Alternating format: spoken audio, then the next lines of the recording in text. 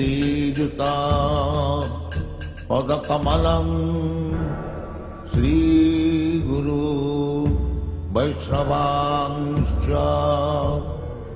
श्रीरूपं चाग्रजातं जगन्नाथ रघुनाथान्वितं तं सजीवम्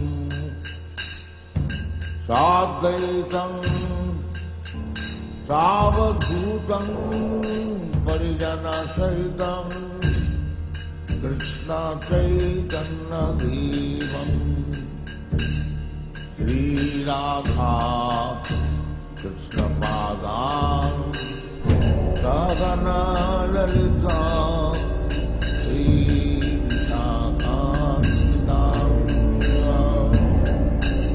Hare Krishna, Hare Krishna, Krishna Krishna, Hare Hare, Hare Rama, Hare Rama, Rama Rama, Hare Hare.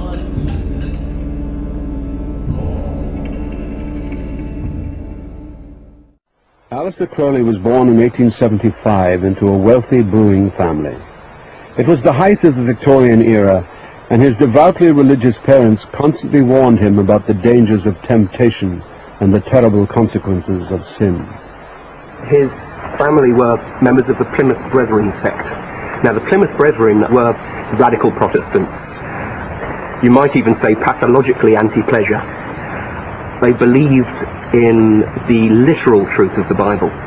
This included in particular the book of Revelations, which is a constant echo throughout Crowley's imagination, his theology, if you want to call it that. He seems to have been devoted to his father. They used to travel the country together while his father preached in a fairly unorthodox fashion.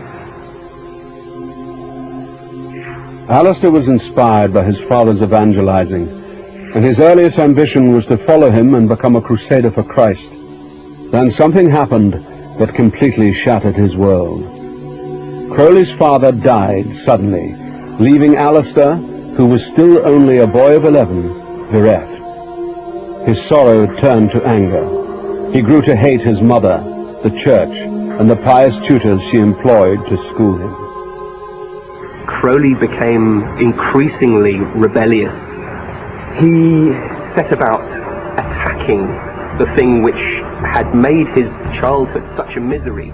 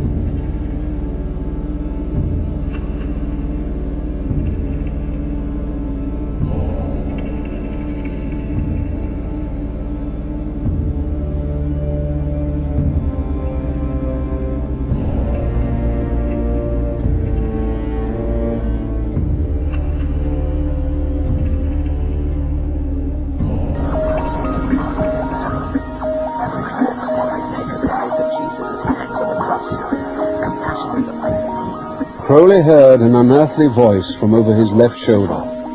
For 1 hour, at precisely the same time over the next 3 days, Crowley said that the voice dictated to him the book of the law, the work that would become the Bible of his new religion.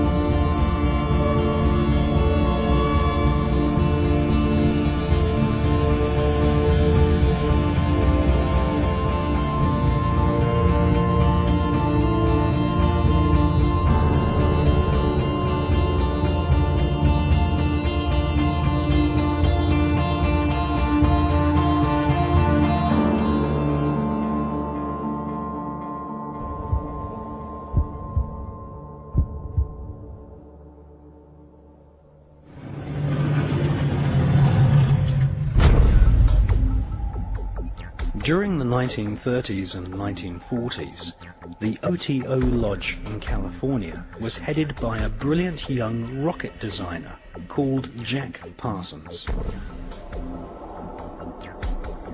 Jack Parsons developed patented rocket technology, which is still in use by NASA to this day. NASA named a crater on the dark side of the moon in honor of Jack Parsons. Jack Parsons worked during the day to develop rocket propulsion systems which would serve NASA's space program, which was controlled by ex-Nazi SS officers such as Werner von Braun, who had been brought to the USA by the CIA's Project Paperclip.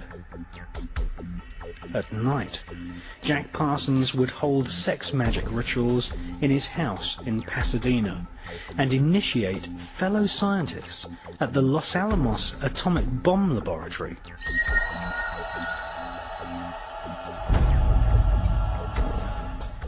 Jack Parsons was fully aware of what his rocket designs would eventually be used for. Not far from Jack Parsons' rocket lab in Pasadena, Robert Oppenheimer was building the world's first atom bomb, which would be exploded at Los Alamos, near a place called the Road of Death, which lies on the 33rd degree parallel.